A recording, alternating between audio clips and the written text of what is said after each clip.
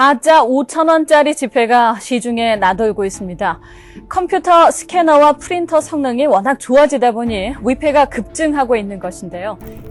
2005년 1월 31일 한국은행은 느닷없이 급증한 5,000원권 위조 지폐에 크게 당황합니다. 1월 1일에서 28일까지 발견된 5,000원권 위폐의 숫자만 무려 608장으로 같은 시기 발견된 전체 위조 지폐의 77%에 달하고 있었는데요. 이것이 대한민국의 화폐 역사를 뒤흔들 대사건이 되리라고는 이때까지만 하더라도 그 누구도 예상하지 못했죠. 최근 5,000원권 위조 지폐가 엄청나게 많아졌습니다. 이 수도권을 중심으로 해서 하루 평균 30장 정도가 발견되고 있는데 이 지갑 한번 확인하시기 바랍니다.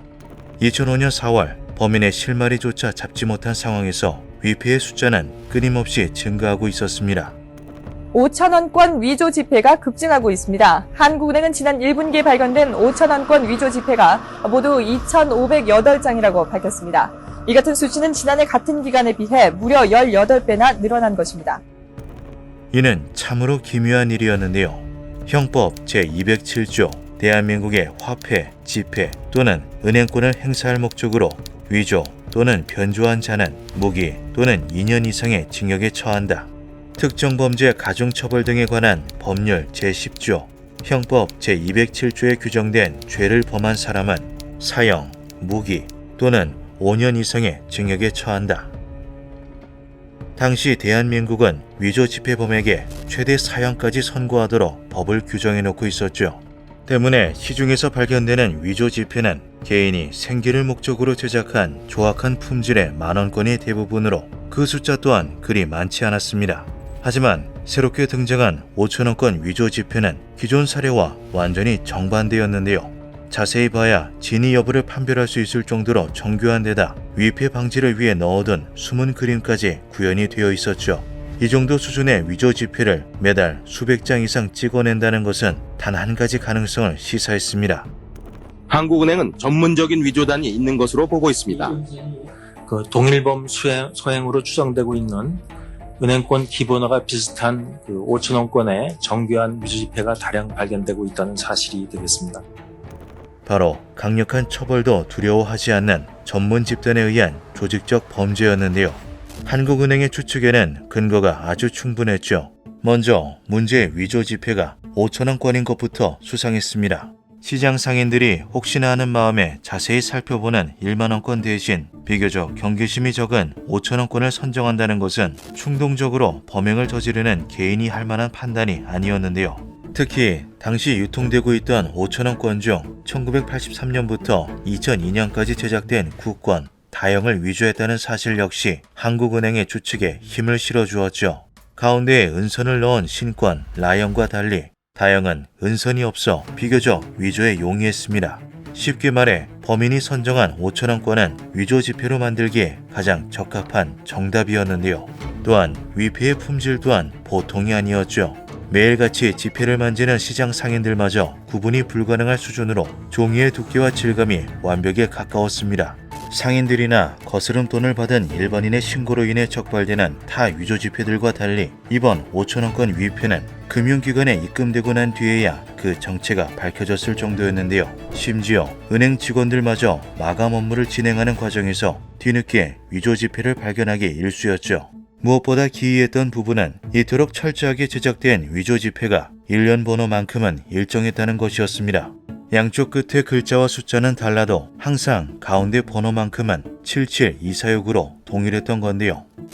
어쩌면 범인이 일종의 시그니처 코드로서 고의로 표식을 남긴 것일지도 모른다.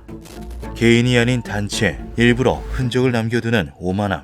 이런 류의 범인은 금방 꼬리가 잡히기 마련이었죠.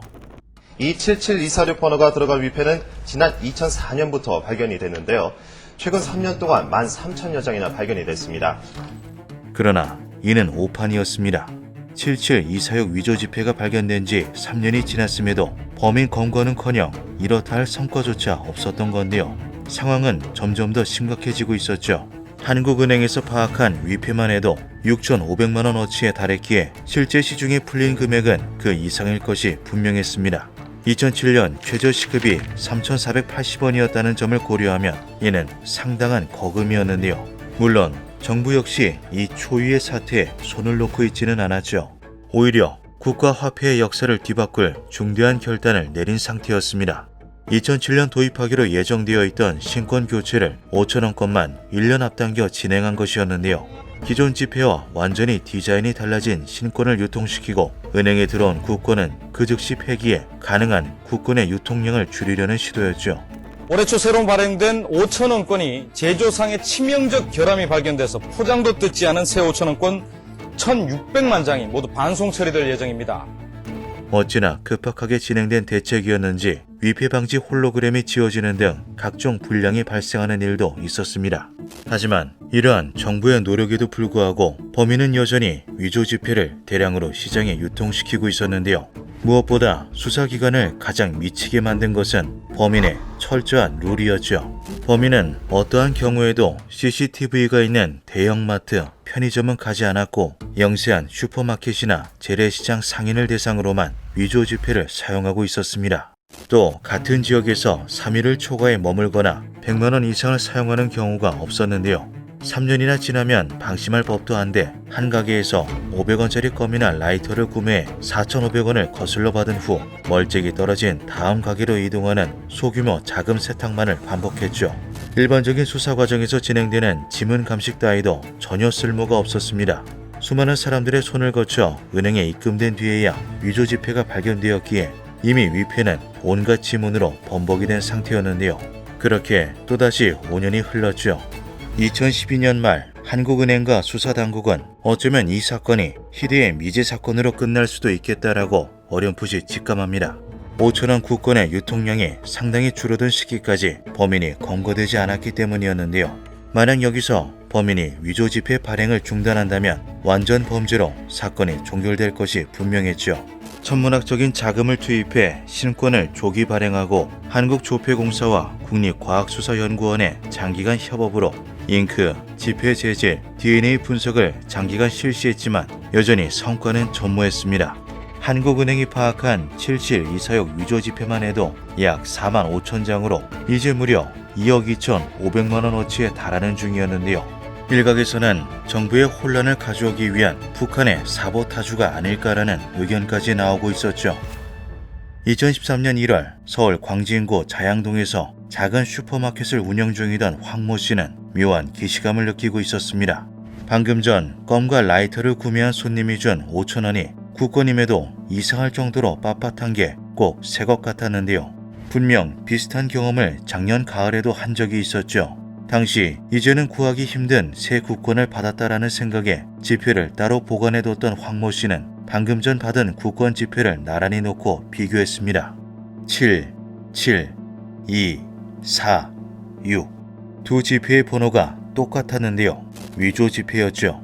또 위조 지폐를 받게 될지도 모른다는 생각에 황모 씨는 포스트잇에 77246을 적어 계산대 옆에 붙여놓고 5천원 국권을 받을 때마다 1년 번호를 유심히 확인했는데요.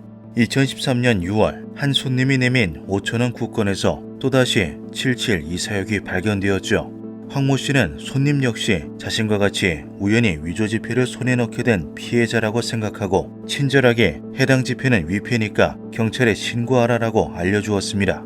손님은 당황한 기색 없이 위조 지폐를 다시 지갑 안에 넣었는데요. 바로 그때 황모 씨의 눈에 지갑 안 가득한 새 5천원 국권 지폐가 들어왔죠. 눈앞의 남자는 범인이었습니다.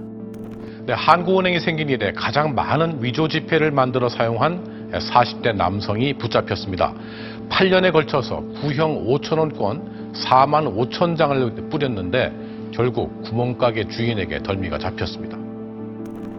2013년 6월 5일 가게 주인 황모 씨의 신고로 범인 김 씨가 마침내 검거되는데요. 수사당국의 예상과 달리 검거된 범인은 집단 조직도 전문가도 아니었죠. 대학 시절 컴퓨터 그래픽을 전공한 김 씨는 실제 화폐와 비슷한 두께의 종이에 위조 방지 그림과 유사한 이미지를 넣는 등 매우 정교하게 만들어 일반인들은 식별이 거의 불가능했다고 경찰은 전했습니다. 경찰 조사에서 김 씨는 사업에 실패해 신용불량자가 된 뒤 형편이 어려워 지폐를 위조하기 시작했고 지난 8년간 위패 사용을 통해 생활비를 마련해왔다고 말했습니다. 사업 실패로 인한 생활고를 감당하기 힘들어져 생계 목적으로 지폐를 위조한 개인이었습니다. 조사 결과 김 씨는 성남시 수정구의 한 단독주택 지하에 컬러 프린터와 컴퓨터, 재단기가 구비된 작업장을 차린 후 컴퓨터 그래픽 전공을 살려 포토샵으로 도안을 제작한 것으로 드러났는데요. 위패 내부에 DNA나 지문이 묻는 것을 방지하기 위해 제작할 때는 수술용 고무장갑을 착용하는 치밀함까지 보였죠. 위조한 총 집회수는 5만여 장으로 그야말로 어마어마한 양이었습니다. 김 씨가 6월에 검거되었음에도 2013년 발견된 위조 지폐가 58.4% 감소했을 정도였는데요. 사실상 대한민국의 위조 지폐 대부분을 김 씨가 제작한 것이나 다름이 없었죠. 문제의 번호 77246의 비밀은 너무나 허무했습니다. 1년번에 앞 3자리와 뒤 2자리는 포토샵으로 고쳐도 크게 어색한 점이 없었지만 실력이 한계로 가운데 77246까지 고치면 가짜 티가 나서였는데요. 범행의 규모에 비해 내려진 처벌은 그리 크지 않았죠. 범인인 김 씨의 두 아이 중 한 명이 선천적으로 장애가 있어 거액의 수술비가 필요했던 상황에서 사업 실패로 인해 사채까지 쓰고 있었던 정황이 참작되었기 때문이었습니다. 그렇게 김 씨에게는 징역 8년이 선고되는데요. 현재 범인은 출소하였지만 남겨진 5천원권 위조 지폐만큼은 아직까지도 전국을 떠돌아다니고 있는 중이죠. 한국은행의 보고서에 따르면 2024년에 발견된 143장의 위조 지폐 중 75장이 5천원권이었으며 이 중 74장이 77246이었다고 합니다. 지금 이 순간에도 구겨지고 낡아 더욱 진짜처럼 보이게 된 77246 위조 지폐는 조용히 화폐로서 사용되고 있죠. 기묘한 밤이었습니다.